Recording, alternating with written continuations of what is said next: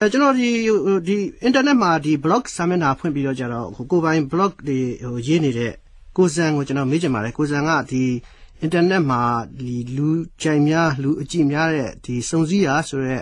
blog ကိုလည်းဖန်တီးသူဖြစ်ပါတယ်ဒီကိုစံတို့အတွေ့အကြုံရာကောဒီ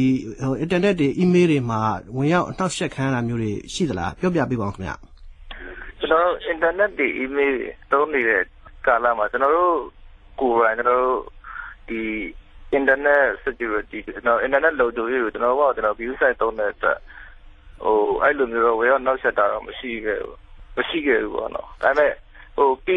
ဗမာပြည်မှာကျတော့အဲ့လိုမျိုးဝယ်နေရောက်နောက်ဆက်တာအဖြစ် internet ပေါ်မှာလည်းinternet site နဲ့ဝင်ပြီးတော့စစ်ဆေးမှုတွေပြုလုပ်တာရှိတယ်ဟုတ်ကဲ့ပါကိုစံရဲ့ဒီမြန်မာနိုင်ငံတွင်းမှာတချို့ internet site တွေမှာဒီမြန်မာဘက်ကအစိုးရဘက်ကနေပြီးတော့ပေါ့နော်ဒီ keylogger ဆိုတဲ့ဒီ software တွေထည့်ထားပြီးတော့ဒီ internet သုံးတဲ့သူကနေပြီးတော့နှိပ်သွားတဲ့ဒီ password တွေပါတယ်ပေါ့နော်သူတို့ရဲ့ဒီလျှို့ဝှက်နံပါတ်တွေပါတယ်အဲ့ဒါတွေကိုမှတ်သားတဲ့ software မျိုးသုံးတယ်ဆိုတာမျိုးတွေလည်းကြားဖို့ရှိပါတယ်အဲ့ဒါမျိုးတွေကိုကိုစံတို့ကြားဖို့သလားဘယ်လိုများဒါမျိုးတွေကိုကာကွယ်လို့ရနိုင်မလဲခင်ဗျဟုတ်ကဲ့ပထမတော့ကျွန်တော်တို့က internet site မှာသုံးတယ်ဆိုရင်တချို့ဒီနားဖာနေပြီးတော့ဒီ site တွေကို keylogger ထည့်တာပဲ keylogger ဆိုတာကကျွန်တော်တို့ရိုက်ထားတဲ့ key တွေမှန်သမျှကိုအဲ့ keylogger လိုက်မှတ်ပေးတာတယ်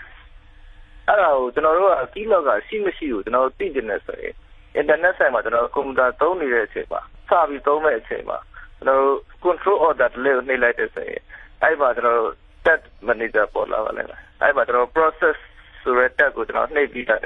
ကျွန်တော်တို့ DTS ဆိုတဲ့ file ကိုကျွန်တော်တို့ unprocess လုပ်လိုက်တာနဲ့ keylogger ကဒီကွန်ပျူတာမှာတော့မှသူ random လုပ်တော့ပါဘူးဟုတ်ကဲ့ပါကိုစံဒါတော့